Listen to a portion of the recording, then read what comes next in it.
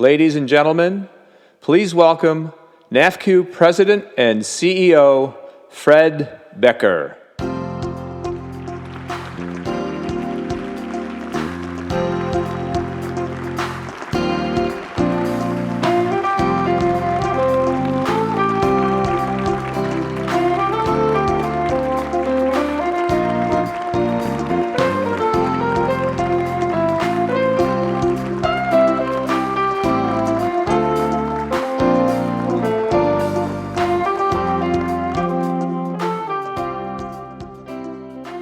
Thank you and good afternoon. And thanks to the NAFCU board and staff for not only taking the time to put that together, but doing everything you saw in there. After that, maybe I should quit just now. Just kidding. I never envisioned someone doing a video about me. Neither did my family, most of whom are with us today. Or for that matter, an editorial cartoon. Most especially a cartoon with the United States Senator.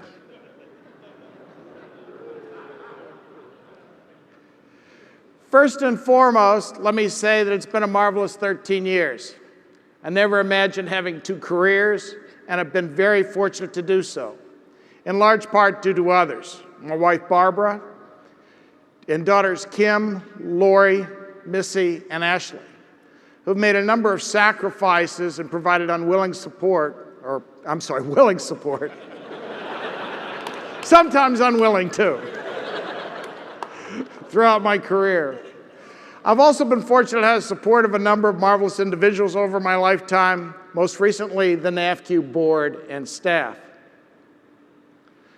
Life brings with it a number of opportunities, and with those opportunities come challenges, some small, others more significant, continually leaving you at a crossroads. In my 13 years with NAFCU, we've faced a number of challenges and the crossroads that come with them. 9/11 left us at a crossroads. Whether or not to continue or cancel NAFCU's congressional caucus that year. We canceled our congressional caucus. The Great Recession left us at another crossroads. Should we participate in the Troubled Asset Relief Program? Thank God we did not. Nevertheless, because of our tenacity, resilience, and adaptability, we have persevered. Challenges and crossroads are indeed a fact of life. We face them each and every day. We reach them, we make a decision, we move on. Even just standing there, looking at a crossroads is a decision. Over the past few years, I've heard ever-increasing references to our industry being at a crossroads. Is this that's something threatening, new, or possibly even hostile? I was asked to participate at a conference sponsored by the Virginia League called Credit Unions at the Crossroads. Although I did not like the title very much, I went. Being at the crossroads is nothing new. Look at this. In fact, somebody wrote that we're at the crossroads. Of course we're at the crossroads. We're always at the crossroads. Crossroads is where traffic comes together. Crossroads is where decisions are made. Crossroads are in the Hill, the Treasury Department, the White House. Crossroads are the opportunity for us to select the right course, the right path. As I was preparing for my final remarks, I decided to go back and look at my predecessor, Ken Robinson's remarks. Halfway through, I ran into that segment. I was shocked. I called in Anthony Demagon, our Chief Operating Officer, who almost fell over. The young man in that video, over 13 years ago, is Ken Robinson, my predecessor at NAFCU, who's been with us today and has been with us throughout the week.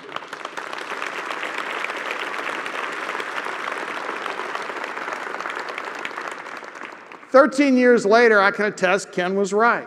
We're always at a crossroads. We make decisions every day of our life, what time to get up, what to wear, what to have for breakfast, which route to take to work. Crossroads are indeed a fact of life. We must deal with them no matter how vast or wide. We're always writing a new story. story that makes decisions that will determine where we will be today and tomorrow. The economy and the ever-changing regulatory environment are changing our industry. At the same time, Bank Transfer Day is bringing more members our way. A recent trade press article compared this moment to the industry to the final moment in Tom Hanks's movie, Castaway. Tom Hanks, who plays Chuck Nolan, is back from being stranded at sea. But his fiancée has moved on. He doesn't know what to do next. The movie ends with him standing at a crossroads. Now, I don't know about you, but I think in that situation, Tom had a relatively easy decision. I'd have followed that woman, truck, and dog all the way to Kansas. On a more serious note, today I want to talk to you about the crossroads that you and our industry have recently faced. I also want to talk about how the traits of tenacity, resilience, and adaptability, the traits I've been talking about throughout the Great Recession, have enabled us to move the many and on occasion very difficult crossroads we have encountered. And I'll be sharing a part of my personal life that many of you will no doubt relate to. I want to share this with the hope that I can assist you and our industry in facing the crossroads that today and tomorrow are sure to bring. As most of you know, when I came to NAFCU, I made an effort to run several days a week, to relieve stress, to get a break, to give the staff a break. Of course, the break gave me the opportunity to think and bring back more ideas, more for the staff to do. As a matter of fact, as Anthony Demagon can tell you, I would often come back from running, go right into his office, sit down in the chair with a list of things for him to do. One morning, I mentioned how out of shape I felt, and Michelle Berthy in our accounting department responded, "Fred, you're the healthiest person in the building." That may have been somewhat of an overstatement, but I did run the Cherry Blossom Run in the 10 miles at an 8-minute a mile pace. Just 4 years ago, in January 2009, I was fortunate enough to represent you at the opening of the 111th Congress. I, like you, I'm no doubt sure, happy to see 2008 go away. It had been a very challenging year for all of us. The Great Recession was continuing to unfold. Home foreclosures were on a rise, rapid upswing, as a matter of fact. There was pressure from many in the industry to participate in the Troubled Asset Relief Program, TARP, and the average credit union ROA was in the negative. Just 3 weeks after the convening of the 111th Congress, the NAFCU board, staff, and I participated in the first inauguration of President Obama. The next day, I went running, and upon returning from running, I found blood in my urine. I went to the doctor who suggested I'd probably passed a kidney stone, but also noted it's probably good to check further. He referred me to a specialist who performed a series of tests and procedures over the next very few days. The diagnosis was not good. I had bladder cancer. Virtually overnight, I was transformed from being among the healthiest to being very sick. As noted television journalist Bob Schieffer stated in a CBS News story, people don't like to talk about things that happen below the belt. It's the kind of cancer that you don't hear many people talk about. And quite frankly, I'd never heard of it. My father had passed away from heart disease. My younger brother, Doug, had passed away from a massive heart attack at age 55.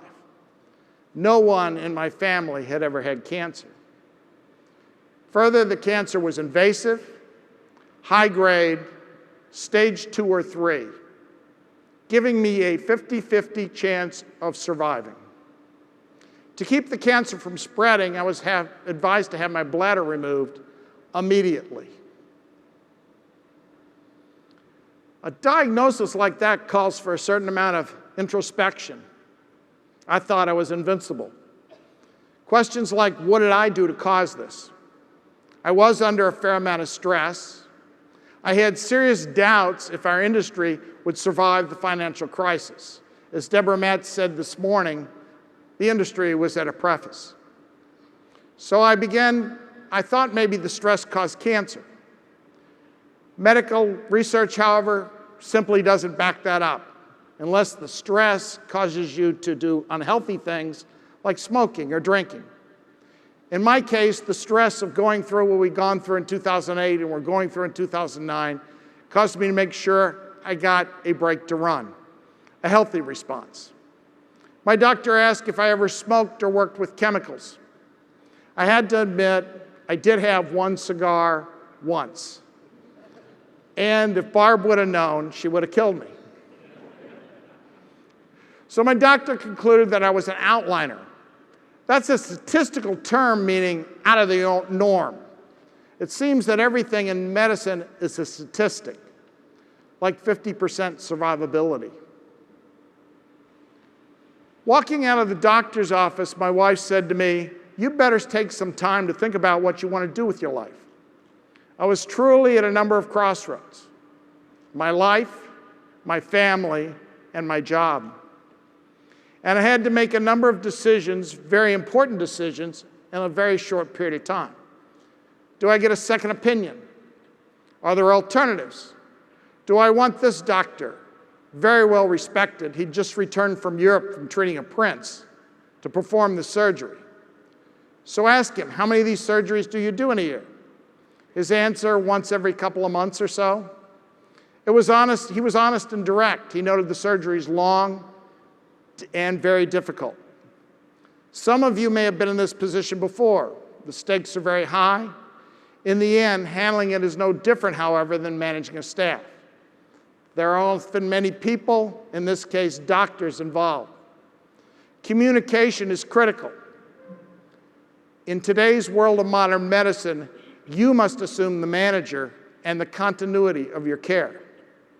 It's up to you to question the course of treatment and then follow through with the recommendations. You have to take charge, and no one's going to make any decisions for you. At this crossroads, you must step up to the plate and take control. I decided I was going to beat the disease with tenacity and resilience. I also decided that I was going to continue to have a normal life. And most importantly, I took charge of my care with the support and advice of my family. Following my wife's advice, I had to figure out what I wanted to do with my life. As I thought about that, I quickly came to the conclusion.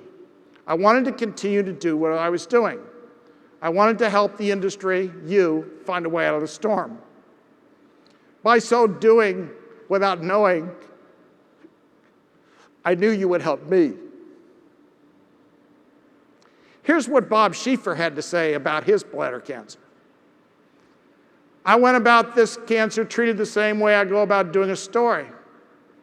As reporters, no matter what's going on around us, the world may be falling apart, but we stay focused on what's in front of us and getting the information we need.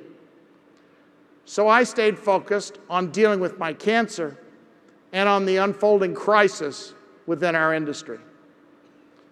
Just 8 days following the cancer diagnosis, our regulator, the National Credit Union Administration, took the unprecedented action of guaranteeing all the deposits in corporate credit unions. That led, if you will recall, to an immediate write-down of 80 basis points of your shares on deposit at the National Credit Union Administration Insurance Fund. Every credit union in the nation was facing a true crisis. Our industry was already struggling to maintain its footing. As I already said, ROA in the industry in 2008 was in the negative. It was now sure to plunge deeper into the red in 2009. There was a NAFCU board meeting by phone, followed by a very contentious closed-door meeting with then NCUA Chairman Mike Frizzell. Our industry was at a crossroads, virtually at the abyss. After listening to the discussion, Chairman Frizzell took charge. He told his staff to find a way to to mitigate the problem. As our industry's crisis continued to unfold, I decided to get a second opinion from another doctor at Johns Hopkins Hospital. After conducting his own assessment, this doctor also recommended I have my bladder removed, but with a very unique twist: chemotherapy first. Another crossroads. I asked him if I could continue to do my job at NAFCU. He asked what I did. I told him I was the CEO of a trade association. His response was, "All you do is sit at your desk all day and holler and scream at people. You can do that just as easily from your hospital bed." In contrast to the first doctor, this doctor performed bladder surgery several times a week. The recommendation for chemotherapy was based on an ongoing clinical trial, i.e. experimental, that thus far indicated a proved survival rate for those who went through chemotherapy prior to the surgery. The doctor noted, in addition to the decision as to whether or not to undergo the chemotherapy, I would have a number of other difficult choices to make. To assist me in making those decisions, I was given a book to read and a list of telephone numbers of people who'd gone through similar circumstances and who had volunteered to assist and talk to others facing such a crisis. When I tried to contact some of those individuals, their numbers had been disconnected. Not very encouraging. For the chemotherapy, I was referred to another doctor, this time at Georgetown University, about 15 minutes from NAFCU's offices. The Cancer Center at Georgetown Hospital is named for legendary football coach Vince Lombardi. Dealing with cancer takes tenacity, resilience, adaptability, and courage. The Lombardi Cancer Center makes every effort to help you deal with that. In July 1970, Coach Lombardi was admitted to Georgetown University Hospital, where it was determined he had terminal cancer. As a show of support and encouragement, a number of Washington Redskins worked at an open field that Lombardi could see from his hospital room, despite there being a player strike. I can recall photos of Coach Lombardi looking out the windows with his players practicing. Today, in the center of the lobby is a case with a statue of Vince Lombardi and the Super Bowl trophy. The lobby also contains the Lombardi symbol of courage, awarded each year to the individual who's conquered cancer and who possesses the unique inspirational qualities of Coach Lombardi. Names like Ken Venturi, Len Dawson, and Otto Graham. Soon thereafter, I began a regimen of chemotherapy. A double dose followed by a single dose 2 weeks in a row, followed by a week off. 4 cycles over 3 months, always scheduled on Fridays, enabling me to recover over the weekend and return to work on Monday. My wife Barb drove me each time to the hospital. We always stopped at the office to pick up work on the way back. I recall at one point, Carolyn Sable, my assistant, went out to the curb to meet me handing the package. I had a smile on my face. She got a smile on her face and said, "Look at him." She was offering encouragement. You can do it. The right attitude helps as well. I spent many a weekend in the emergency room with chills and high fever, and on one occasion, a very severe complication, almost leading me to emergency surgery. That incident was related to the fact I had been forced to take a generic drug as opposed to a brand name drug. Even a leading consumer magazine was strongly advocating the generic drug, given the cost of the non-generic. But every patient is different, and medicine is an art. It is not a science. As another example, I was advised that I would most likely get sick after the double dose. The double doses, though, I was basically okay. Didn't feel great, but I could make it through. After every single dose, I was in the emergency room that evening with chills and 103-degree fever. My doctor responded, "No one gets sick after a single dose," but I did. In the midst of all this, as Chairman Matz noted this morning, U.S. Central and West Corps were conserved. Nothing prevented me from responding to emails, talking to CEOs on the telephone while I was sitting there getting the chemotherapy. The consternation and apprehension within our industry, however, was approaching a pinnacle. We began to work the corporate stabilization situation very hard, pressing NCUA to come up with a solution to mitigate the assessments and present it to the Congress. One very large credit union publicly indicated that it was going to convert to a bank if the assessments were not mitigated. Our industry was clearly in turmoil. By the end of March, NCUA was moving forward to seek enactment of corporate stabilization.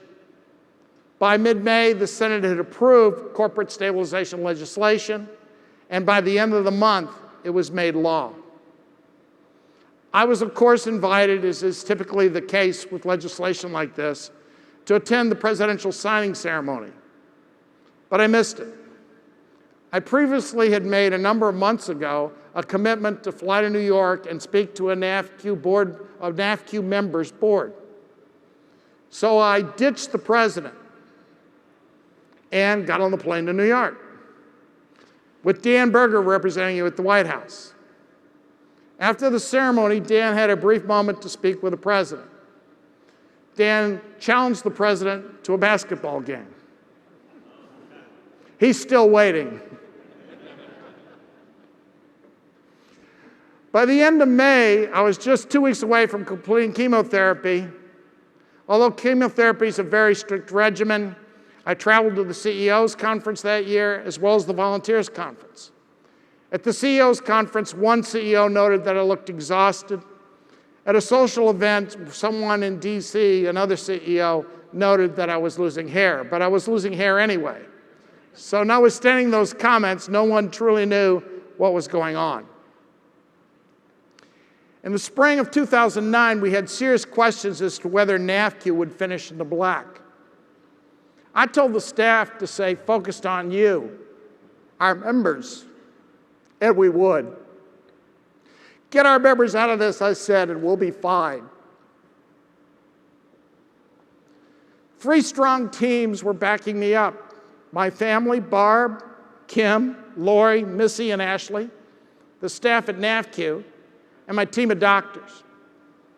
I finished the chemotherapy on June 13th, the day before my 60th birthday, and the day before Father's Day weekend.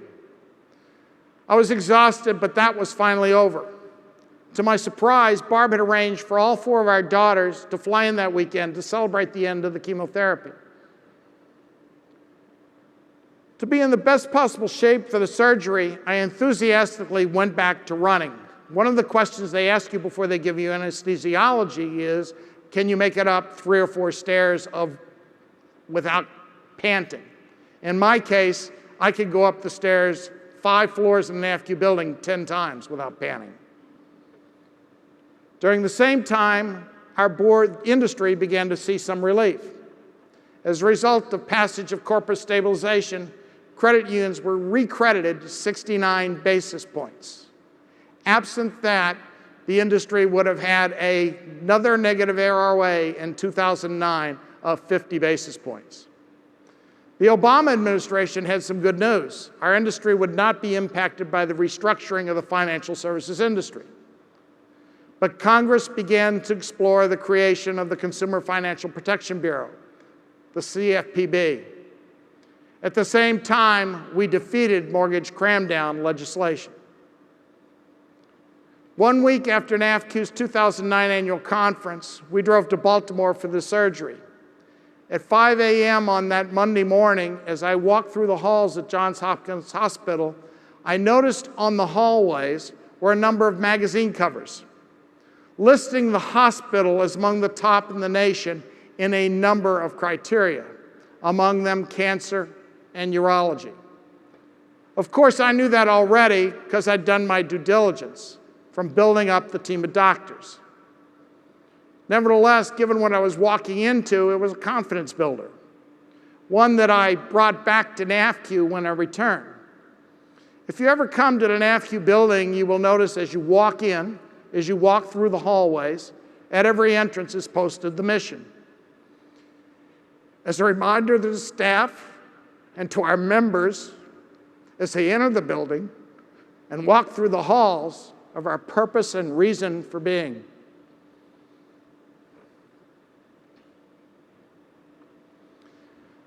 My family waited through 6 hours of surgery, during which my bladder was removed and a new bladder was constructed.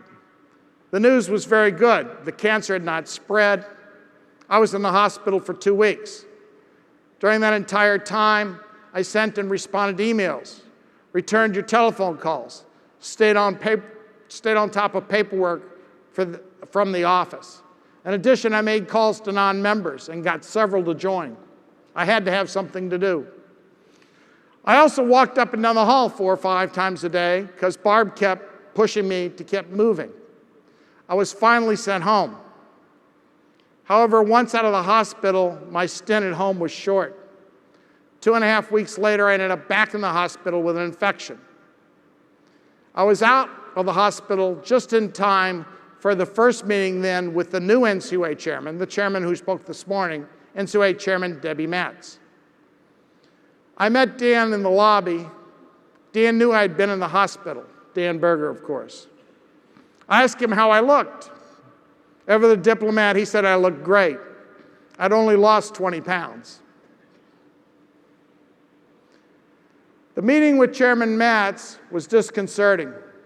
As we discussed the corporate credit unions, she indicated she had a bigger concern: the financial condition of several of the large natural person credit unions and that impact on the National Credit Union Share Insurance Fund.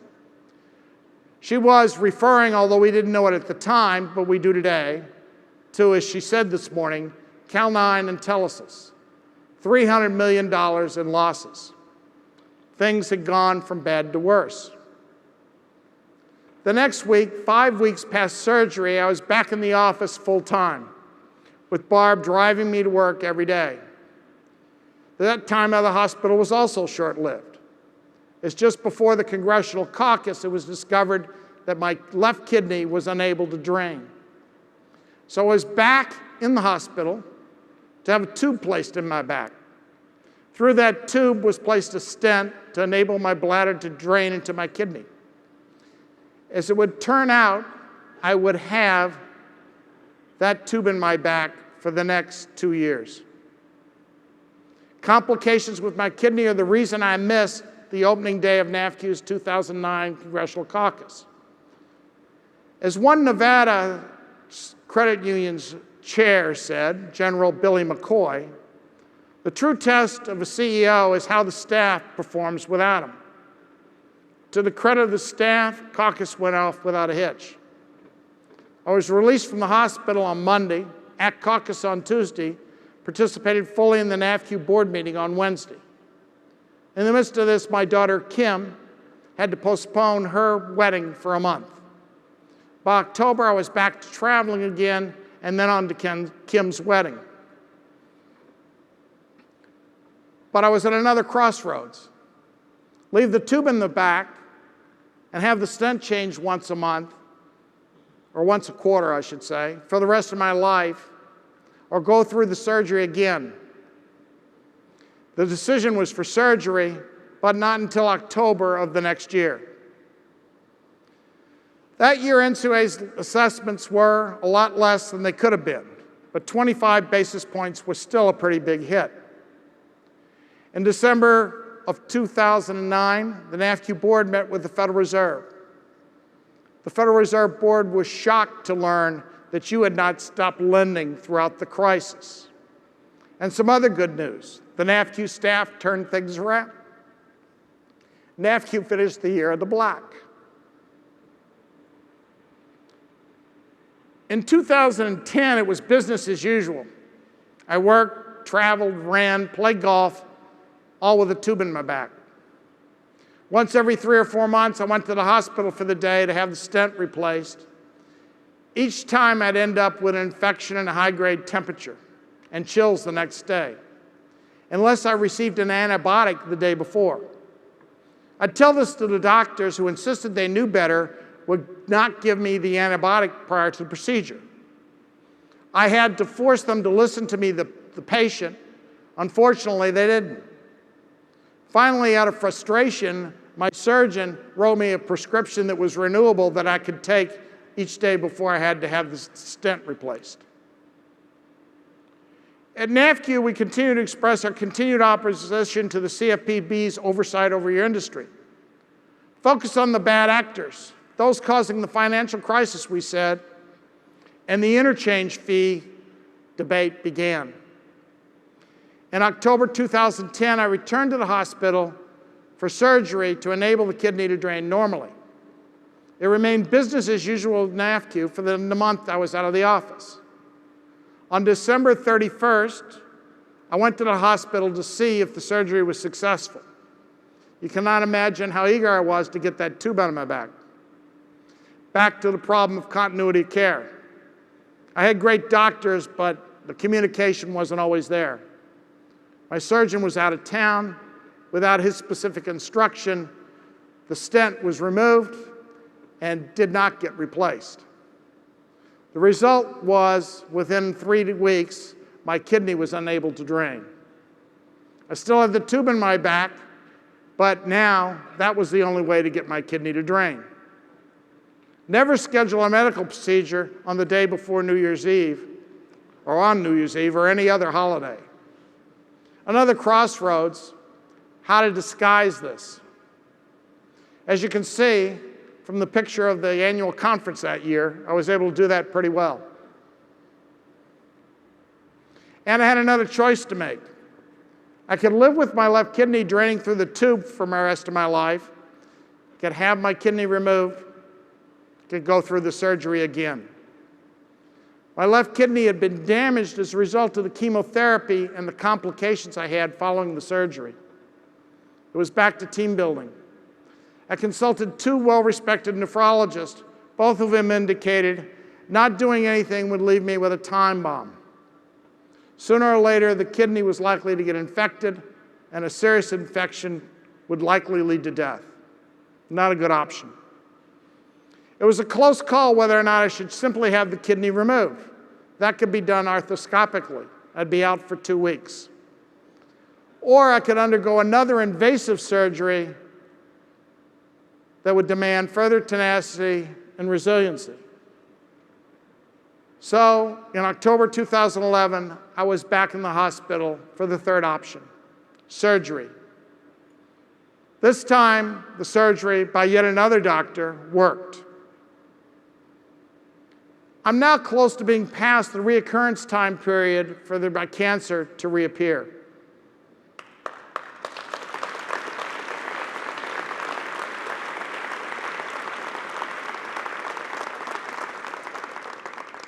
At one point in my treatment, one of my doctors called me a young man.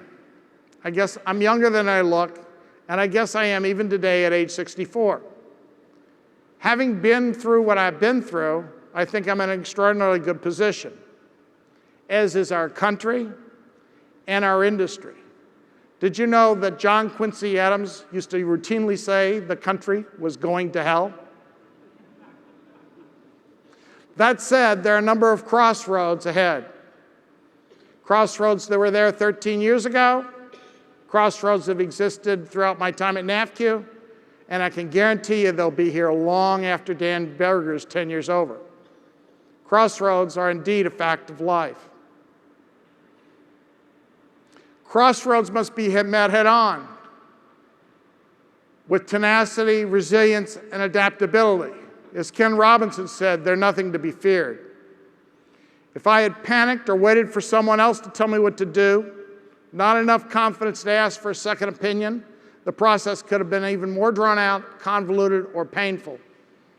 If I'd assumed my doctors would remember everything I told them, or would keep in communication with each other, if I had not asked questions, who knows? Without my team of family, the NAFCU staff, and doctors, I could not have kept working through it all.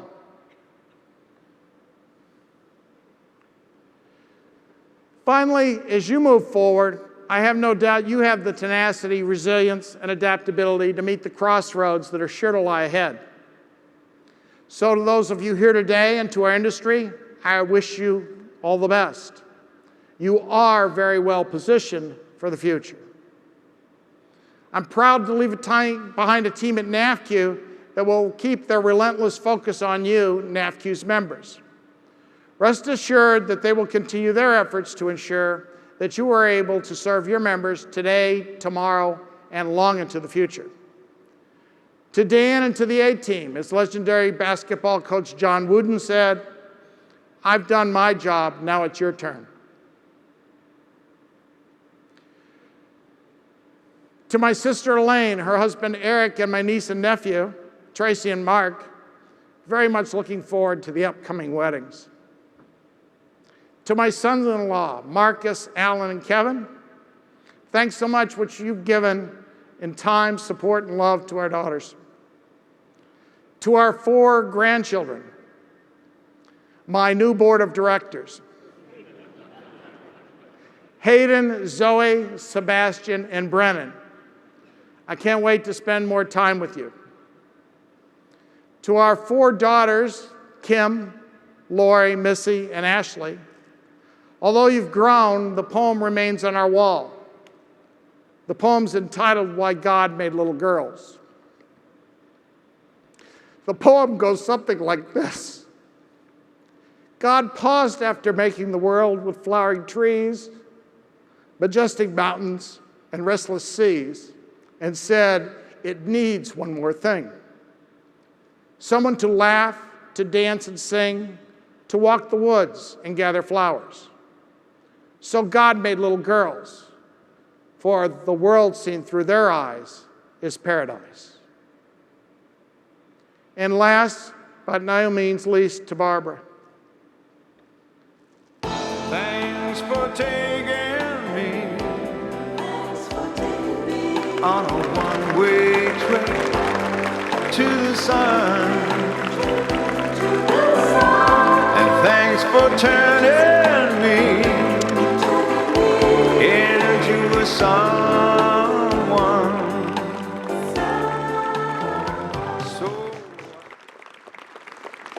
Thanks for taking me on the trip to the sun. Thanks for making me into someone. And now I hope to spend a few precious moments with you.